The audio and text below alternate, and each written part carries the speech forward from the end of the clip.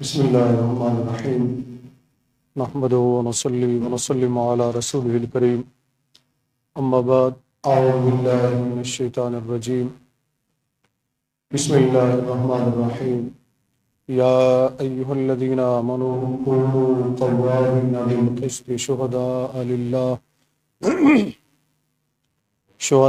لله ولو على أنفسكم أو الوالدين والأقربين إن يكن غنيا أو فقيرا فالله أولى بهما فلا تتبعوا الهوى أن تعدلوا وأن تلوا أو تعرضوا فإن الله كان بما تعملون خبيرا صدق الله العظيم وصدق رسوله النبي الكريم الأمين قال الله تبارك وتعالى في شأن حبيبه إن الله وملائكته يصلون على النبي يا أيها الذين آمنوا صلوا عليه وسلموا تسليما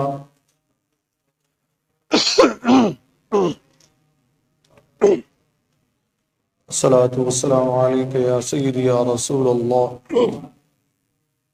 وعلى آلك وأصحابك يا سيدي يا حبيب الله الصلاة والسلام عليك يا سيدي يا رسول الله وعلى آلك وأصحابك يا سيدي يا رحمة للعالمين السلام علیکم ورحمۃ اللہ وبرکاتہ۔ عزیزان گرامی قدر، جیسا کہ ہم نے گزشتہ موضوعات میں سماعت کیا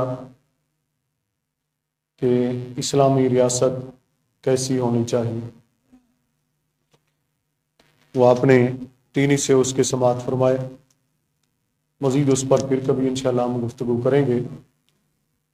میں نے عرض کر دیا تھا کہ اس پر ہم نے مختصر گفتگو کی ہے، ابھی تفصیل باقی ہے۔ آج کا موضوع میں نے عرض کر دیا تھا کہ ووٹ کی شرعی حیثیت کیا ہے، اس کی اہمیت کیا ہے، موجودہ دور میں ہم ووٹ کو کس حیثیت سے دیکھیں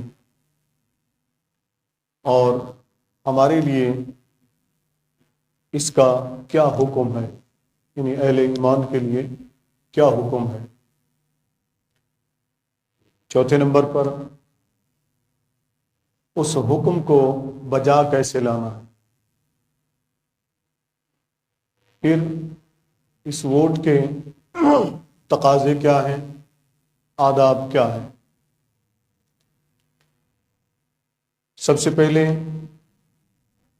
تو یہ ذہن میں بٹھا لیں، لفظ ووٹ چونکہ یہ ایک نیا لفظ ہے، شریعت میں ووٹ لفظ کی یعنی کہ ووٹ لفظ کو استعمال نہیں کیا گیا، نہ قرآن میں نہ حدیث میں۔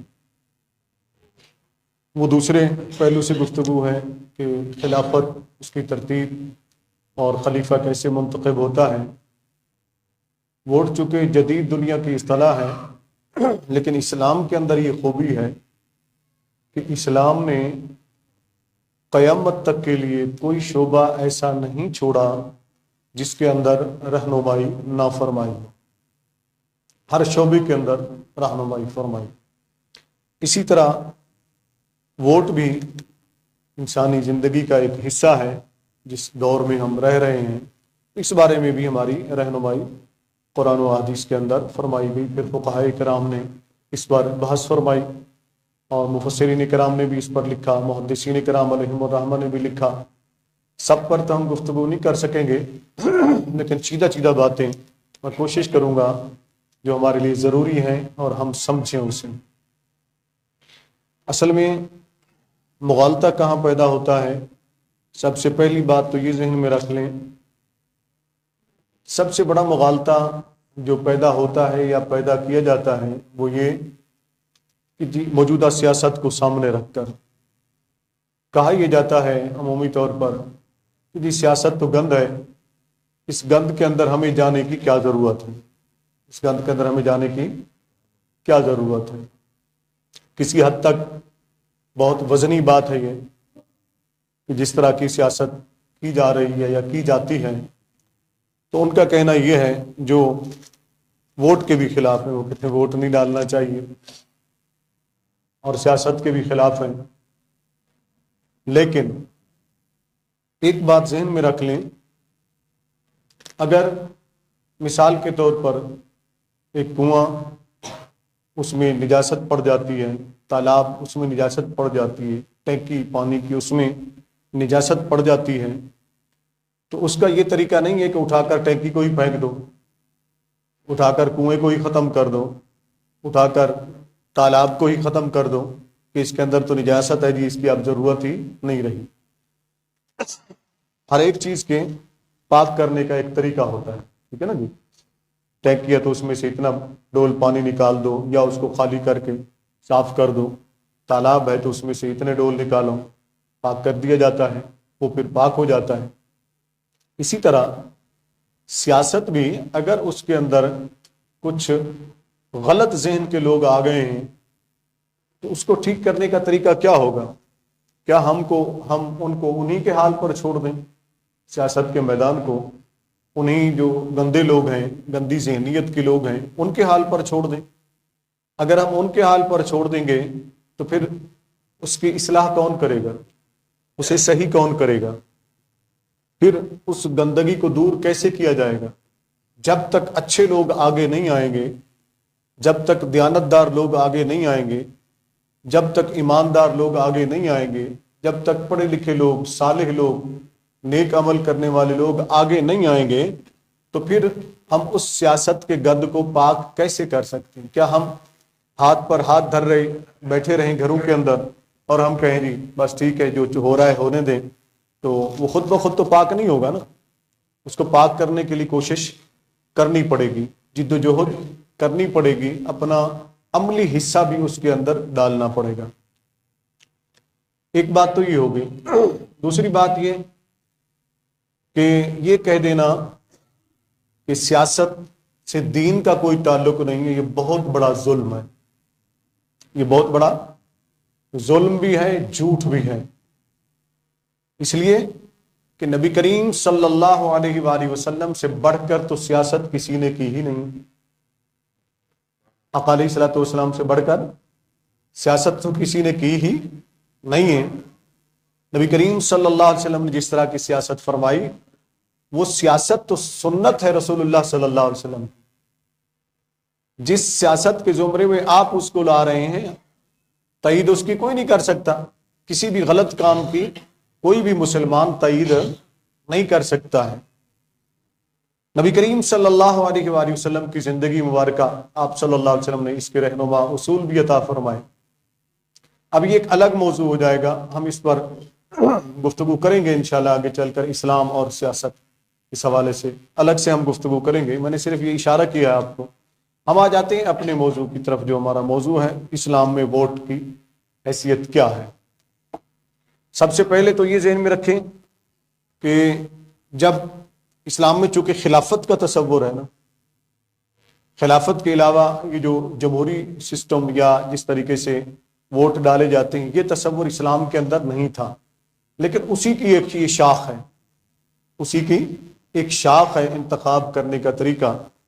اسلام کی جو مجلس شورا ہے وہ یہ کہتی ہے، یعنی کہ جتنے بھی ہم اس کے علماء کرام نے اس پر لکھا ہے، اہل لغت نے، اہل تفاسیر نے، اور علماء اہل حدیث محدثین کرام علیہم الرحمہ نے جو کچھ لکھا، اور اسلامی احکام کے اوپر لکھنے والوں نے جو لکھا، ان کا خلاصہ ایک ایک میں بات کروں گا تو بہت لمبی گفتگو ہو جائے گی، صرف خلاصہ اس کا پیش کر دیتا ہوں۔ اسلامی مجلس شورا، جیسے کہ ہم نے تذکرہ کیا تھا، نبی کریم صلی اللہ علیہ وسلم کو بھی اللہ نے یہ حکم دیا کہ آپ اپنے ساتھیوں سے مشورہ کریں۔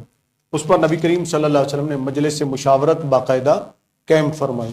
اب مجلس مشاورت جو ہے، یعنی مجلس شورا جو ہوتی ہے، وہ ایسے افراد پر ہونی چاہیے جو علاقے کے، اگر علاقے کی سطح پر ہے وہ شورا، مجلس شورا جو علاقے کی سطح پر ہے تو علاقے کے لحاظ سے، اور اگر شہر کے حساب سے ہے تو شہر کی ہے تو شہر کے حساب سے، اور اگر پورے ملک کی مجلس شورا ہے تو پھر پورے ملک کے حساب سے اس کا انتخاب کیا جائے گا، مجلس شورا کے ارکان کا۔ تو وہ مجلس شورا کے ارکان کون ہوں گے؟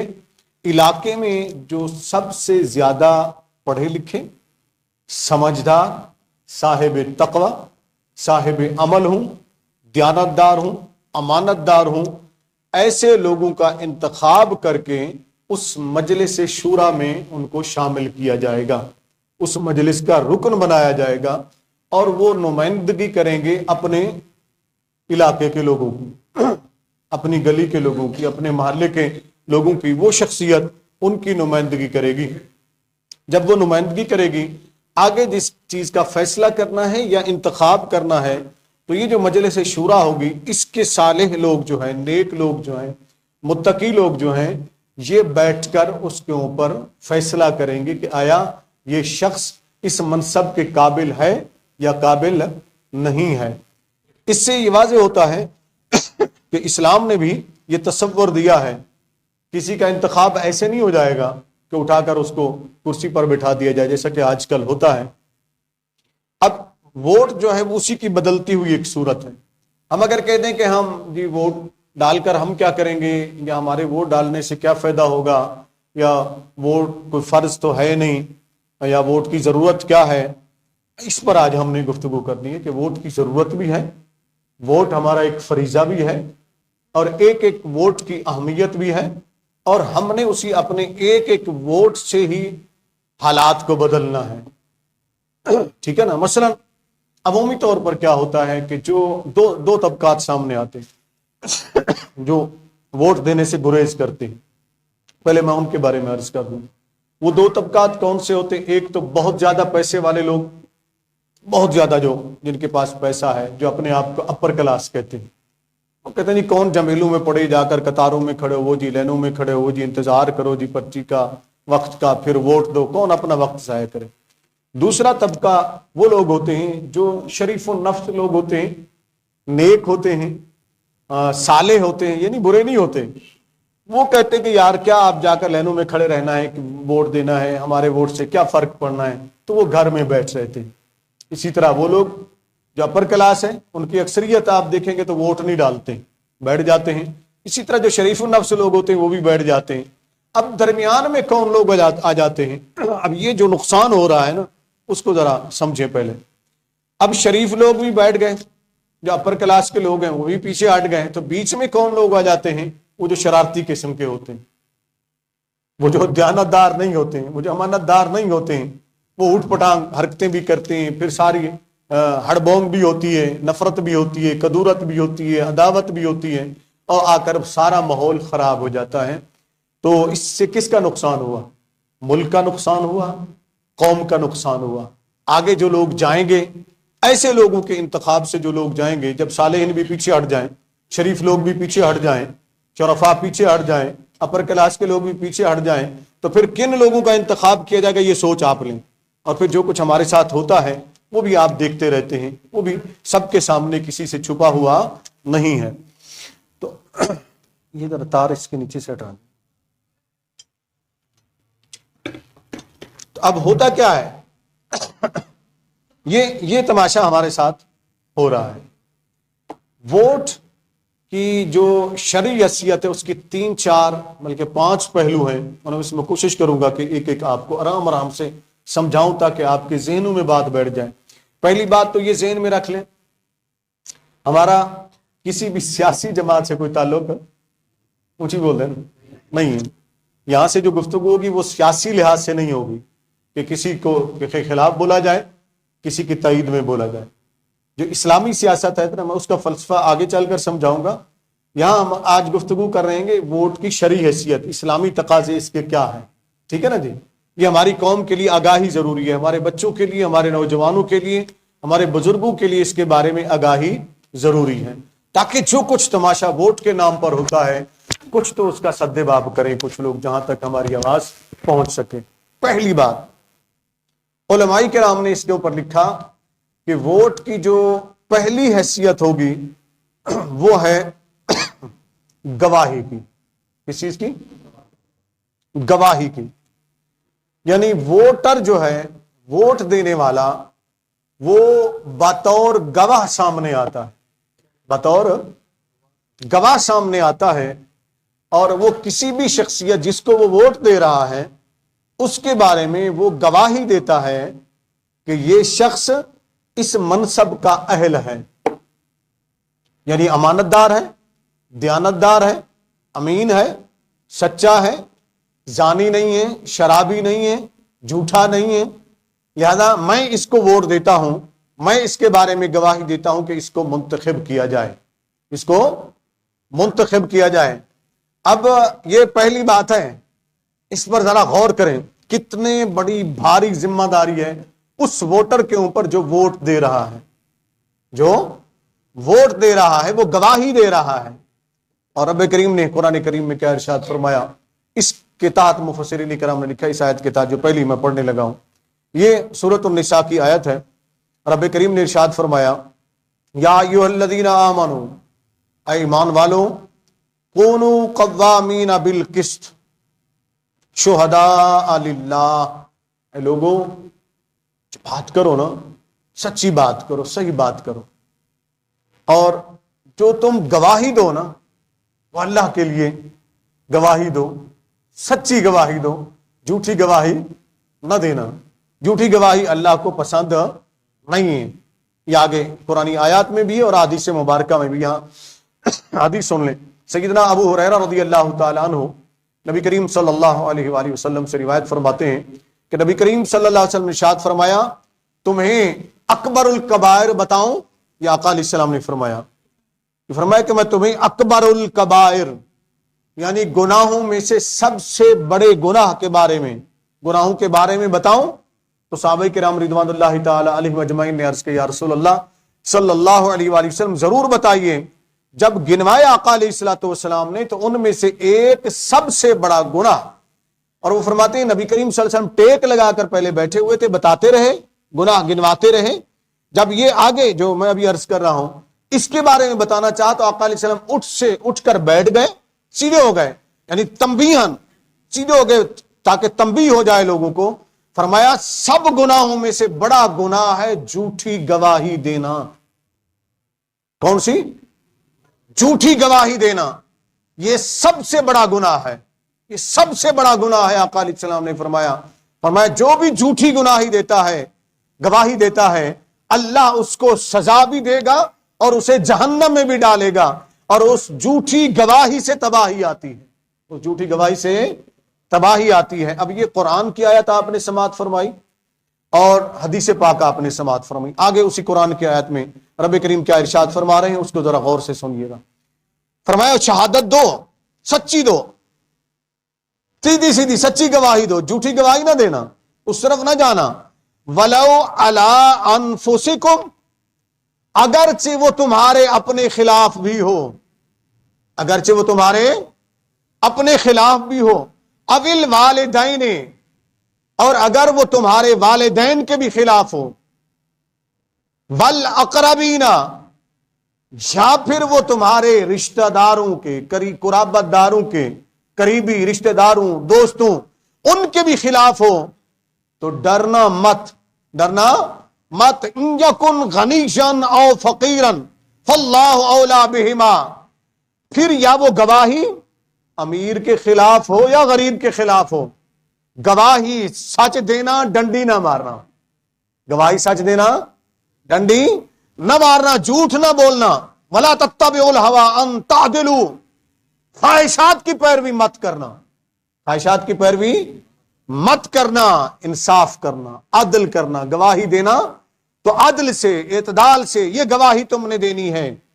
وَإِن تَلْتُوا أَوْ تُعْرِضُوا فَإِنَّ اللَّهَ كَانَ بِمَا تَعْمَلُونَ خَبِيرًا، اور اگر تم نے ڈنڈی ماری، اگر تم نے غلطی کی، اگر تم نے اعراض کیا، منہ پھیرا اللہ کے حکم سے، سچی گواہی نہ دی، تو فرمایا فَإِنَّ اللَّهَ كَانَ بِمَا تَعْمَلُونَ خَبِيرًا، اتنا یاد رکھو تمہیں کوئی اور دیکھے نہ دیکھے، جہاں تم ڈنڈی مار رہے ہو، جہاں تم جھوٹی گواہی دے رہے ہو، جہاں تم جھوٹ بول رہے ہو، کوئی تمہیں دیکھے نہ دیکھے، اللہ تو جانتا ہے نا، اللہ تو جانتا ہے نا، اللہ جانتا ہے۔ اب جو ووٹ دے رہا ہے، ووٹ ایک قسم کی گواہی ہے، کیا ہے؟ گواہی ہے۔ اب اس گواہی کے اندر اب دوسری آیت بھی ساتھ ہی سن لینا. یہاں رب کریم نے آگے ارشاد فرمایا دوسری آیت کے اندر، یہ ہے سورۃ المائدہ کی آیت نمبر 8 ہے جی. فرمایا یا ایھا الذین آمنوا کونوا قوامین للہ شہداء بالقسط. یہاں بھی رب کریم نے فرمایا کہ ایمان والو جب تم گواہی دو نا تو سچی گواہی دینا. یہ بھی آپ کا اور میرا رب فرما رہا ہے، سچی گواہی دینی ہے، جھوٹ نہیں بولنا.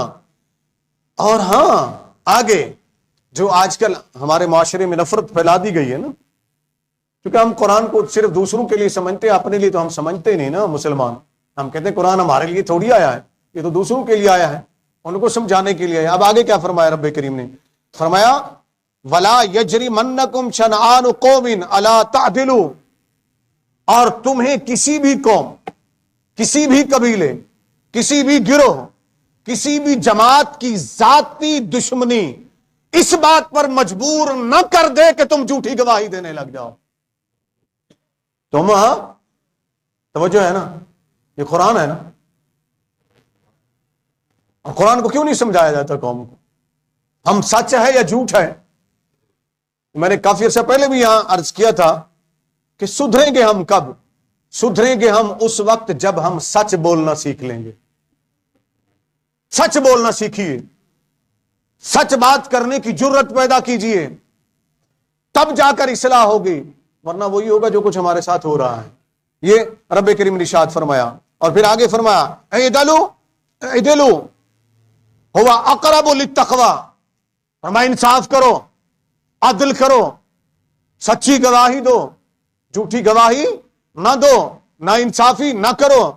یہ کرو گے، انصاف کرو گے، سچی گواہی دو گے تو ہوا اقرب للتقوی. رب کریم نے فرمایا یہی تقوی کے سب سے زیادہ قریب ہے، تقوی کے سب سے زیادہ قریب ہے. اور دوسرے مقام پر رب کریم نے فرمایا ان اللہ یحب المتقین واللہ یحب المتقین، اور اللہ اہل تقوی سے محبت فرماتا ہے. تو گویا جو سچی گواہی دیتا ہے، انصاف پر مبنی بات کرتا ہے، انصاف پر مبنی فیصلہ کرتا ہے، تو رب نے فرمایا کہ وہ تقوی کے مقام کے اوپر ہے. اور جب وہ تقوی کے مقام کے اوپر ہے تو وہ اللہ کے قریب ہے، وہ اللہ کے مقام، محبوبیت کے مقام کے قریب ہے. اور پھر فرمایا، یہاں بھی فرمایا ان اللہ خبیر بما تعملون، بے شک اللہ تعالیٰ جو تم کرتے ہو، اللہ تعالیٰ اس کے بارے میں خبردار ہے. اللہ جانتا ہے، اللہ جانتا ہے. اب یہ بات آ گئی ہمارے سامنے. سب سے پہلی بات تو یہ آئی کہ ہم نے جو ووٹر ہوتا ہے وہ گواہی دیتا ہے کسی بھی شخصیت کے بارے میں.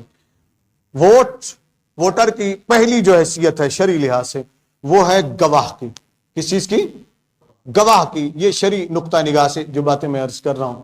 اب یہ آپ کے اوپر ہے کہ آپ کیسے گواہ بننا چاہتے ہیں. آپ کے اوپر، میرے اوپر، ہم سب کے اوپر منحصر ہے کہ ہم کیسے گواہ بننا چاہتے ہیں. ہم سچے گواہ بننا چاہتے ہیں یا ہم جھوٹے گواہ بننا چاہتے ہیں. اب یہاں ان آیات کریمہ سے اور حدیث مبارکہ جو میں نے عرض کی، ان سے یہ بات ثابت ہوتی ہے کہ جب آپ گواہی دینے لگے نا تو اس گواہی کی آڑ میں، اس گواہی کے آگے آڑ آپ کا رشتہ دار نہ بنے، آپ کا دوست نہ بنے، آپ کے محلے داری رکاوٹ نہ بنے، آپ کے تعلق رکاوٹ نہ بنے، آپ کے جس سے بھی تعلق ہے وہ رکاوٹ نہ بنے. تب جا کر وہ سچی گواہی ہوگی. ووٹ جو سچا ہوگا، وہ سچا ووٹ یہ ہے کہ آپ جس کو ووٹ دے رہے ہیں کیا آپ نے یہ فیصلہ اچھا اب یہاں ایک بات اور بھی ذہن میں رکھ لیں اس سے پہلے کہ ہم آگے اب بات بڑھائیں. مثلا چونکہ ووٹ ہوتا ہے، یہاں پر جو ووٹ ہوتا ہے تو یہاں مختلف جماعتیں ہوتی ہیں، ٹھیک ہے نا جی، مختلف جماعتیں ہوتی ہیں، لوگوں کی سیاسی جماعتوں سے وابستگیاں بھی ہوتی ہیں. رکھیں اپنی اپنی جماعت سے، مجھے اس سے کوئی سروکار نہیں ہے. میں جو سمجھانا چاہ رہا ہوں وہ ووٹ کی شرعی حیثیت ہے، اس کی طاقت کیا ہے، ہمارے اوپر فرض کیا بنتا ہے. پھر آپ جس کے ساتھ کھڑے ہیں آپ کھڑے رہیں، آپ جس کو ووٹ دینا چاہتے ہیں آپ دیں، لیکن اپنے ایمان سے، اپنے ضمیر سے فیصلہ ضرور کرنا ہے کہ قرآن نے مجھے کیا کہا ہے، اللہ نے مجھے کیا فرمایا ہے، اور میرے نبی صلی اللہ علیہ وسلم نے مجھے کیا فرمایا ہے، اور میں کیا کرنے جا رہا ہوں، میں کیا کرنے جا رہا ہوں. کیونکہ مختلف جماعتیں ہوتی ہیں. اب ووٹ دینے کے لیے سب سے جو بنیادی چیزیں وہ میں نے عرض کر دی کہ ایک چیز تو آپ یہ دیکھیں، جو علماء کرام نے لکھا، مفسرین کرام نے، محدثین کرام نے علیہم الرحمہ، ان کی جو تحریرات ہیں ان کا خلاصہ قرآنی آیات سے جو کچھ میں مطالعہ کرتا رہا، اس دوران دیکھتا رہا، احادیث مبارکہ بھی، ان کا جو خلاصہ ہے اس کو سامنے رکھ کر آپ کے سامنے پیش کر رہا ہوں۔ اور کوئی تفصیل دیکھنا چاہے گا تو وہ میرے پاس ہے، میں اس کو مکمل تفصیل کے ساتھ وہ احادیث بھی دکھا دوں گا اور وہ آیات مبارکہ بھی دکھا دوں گا۔ اب ذرا غور سے سن لیں کہ جس کو آپ ووٹ دینا چاہتے ہیں، سب سے پہلی چیز یہ دیکھیں کہ وہ مومن بھی ہے کہ نہیں، بحیثیت مسلمان۔ اگلی بات میں عرض کر دوں گا، وہ کسی کے ذہن میں اگر آ جائے کہ مثال کے طور پر کسی ایسی جگہ ہم رہتے ہیں کہ دونوں طرف کے امیدوار کافر ہیں، ہم ایسے ملک، کسی ایسے ملک میں رہتے ہیں، بیرون ملک رہتے ہیں، اس میں وہاں ایمان والا کوئی بھی نہیں ہے، مومن کوئی نہیں ہے، تو پھر کس امیدوار کو ووٹ دیں ہم؟ یہ بھی میں عرض کر دیتا ہوں صاحب۔ سب سے پہلی چیز یہ ذہن میں رکھنی ہے کہ جس کو ہم ووٹ دے رہے ہیں یہ ایمان والا ہے کہ نہیں ہے، مومن ہے کہ نہیں ہے۔ ایمان پہلے، ایمان پہلے، یہ ذہن میں رکھنا ہے، ایمان کو پہلے رکھنا ہے۔ دوسرے نمبر پر اس کے تقوی کو، اس کے عمل کو، کہ اس کا عمل صالح ہے کہ نہیں، عمل اس کا اچھا ہے کہ نہیں، عمل برا تو نہیں ہے، اس کو ذہن میں رکھنا ہے۔ تیسرے نمبر کے اوپر آپ نے یہ ذہن میں رکھنا ہے کہ جس کو میں ووٹ دینے جا رہا ہوں یہ میرے ملک سے پہلے میرے دین، ملک سے پہلے میرے دین کا یہ خیر خواہ ہے یا نہیں، دوسرے نمبر پر ملک کا خیر خواہ ہے یا نہیں، قوم کا خیر خواہ ہے یا نہیں، ان ساری چیزوں کو مد نظر رکھنا ہے۔ اب آگے بات یہ آ جاتی ہے کہ ہم جس معاشرے میں رہ رہے ہیں تو وہاں تو تقریباً ایسی چیزیں ہمیں شاذ و نادر ہی نظر آئیں گی، تو پھر ہم کیا کریں، پھر ہم کس کو ووٹ دیں؟ تو اس پر جو خلاصہ ہے وہ یہ ذہن میں بٹھا لیں، پھر ان میں سے سب میں سے جتنے بھی پارٹیوں کے امیدوار ہوں، میں کسی ایک کا نہیں کہہ رہا ہوں، آپ یقیناً آپ اور میں اسی معاشرے میں رہتے ہیں، کیا ہم اسی معاشرے میں رہتے ہیں؟ ہم نے فیصلہ کرنا ہے، دیکھنا ہے ان سب پارٹیوں میں سے جو بھی امیدوار آپ کے سامنے آیا ہے ان میں سے آپ چنیں، دیکھیں ان میں سے سب سے جو کم گناہ کرنے والا ہے نا، پھر کم گناہ کرنے والا، ٹھیک ہے نا، جو کم گناہ کرنے والا ہے پھر اس کا انتخاب کریں آپ۔ یہ فقہاء کرام نے واضح طور پر لکھا ہے کہ جو پھر کم ان میں سے گناہگار ہے اس کا آپ انتخاب کریں، کیونکہ یہ مجبوری ہے، یہ مجبوری، شرط تو وہی ہے کہ صالح ہو، شرط تو وہی صاحب تقویٰ ہو جس کا آپ انتخاب کریں۔ چونکہ وہ خلافت نہیں ہے، یہ جمہوری سسٹم لے آیا گیا سامنے، ووٹ کا ایک سسٹم لایا گیا، تو پھر جتنے آپ کے سامنے امیدوار آئے ہیں ان میں سے آپ دیکھیں کہ کردار کے لحاظ سے سب سے زیادہ بہتر جس کا کردار ہے اس کا آپ انتخاب کریں، اسے آپ ووٹ دیجئے، اس کے بارے میں آپ گواہی دیجئے۔ یہ ہے آپ کی گواہی، شرعی گواہی ہے آپ کی، اور یہ گواہ جو ہے اس کے بارے میں اس سے اللہ رب العزت کی بارگاہ میں کل قیامت کے دن، اب آگے سے سوال پوچھتے جی ووٹ کی شرعی حیثیت کیا ہے جی، ہم دیں یا نہ دیں تو کیا بنے گا؟ میرے بھائی، ووٹ کی شرعی حیثیت یہ ہے کہ آپ بطور گواہ ہیں، آپ بطور گواہ کھڑے ہوئے ہیں، اگر آپ سچی گواہی نہیں دیتے تب بھی آپ کی گرفت ہوگی، اور اگر آپ گواہی دینے کے باوجود گواہی نہیں دیتے ہیں تب بھی آپ کی گرفت ہوگی، آپ سے پوچھا جائے گا۔ پھر آپ سوچتے ہیں کہ میرے ایک ووٹ سے کیا بنے گا؟ ایک ووٹ کی اہمیت ہوتی ہے، ایک ووٹ کی اہمیت ہوتی ہے، ایک ووٹ کو دیجئے، لیکن انتخاب کیجئے کہ ہم نے کس کو ووٹ دینا ہے۔ آگے چلتے ہیں، ایک تو بات آگئی گواہ کی، ٹھیک ہے نا جی، اور یہ 2 آیات کریمہ میں نے آپ کے سامنے رکھی۔ تیسرے نمبر پر جو ووٹ کے لیے حکم فرمایا گیا قرآنی آیات کے اندر، اور علماء کرام نے اس کو لکھا کہ یہ ووٹ جو ہے اس کو ہم سیاسی بیعت کے طور پر لیں گے۔ کس کے لیں گے؟ نمبر 2، نمبر 1 گواہ، آپ گواہ ہیں، ٹھیک ہے نا جی۔ نمبر 2 آپ سیاسی بیعت کر رہے ہیں، جس کو آپ ووٹ دے رہے ہیں آپ اس سے سیاسی بیعت کر رہے ہیں۔ خلافت میں چونکہ خلیفہ سے بیعت کی جاتی تھی، بالواسطہ اور بلا واسطہ، یعنی براہ راست خلیفہ سے بھی بیعت کی جاتی تھی اور دور دراز خلیفہ کے نمائندوں سے بیعت کی جاتی تھی،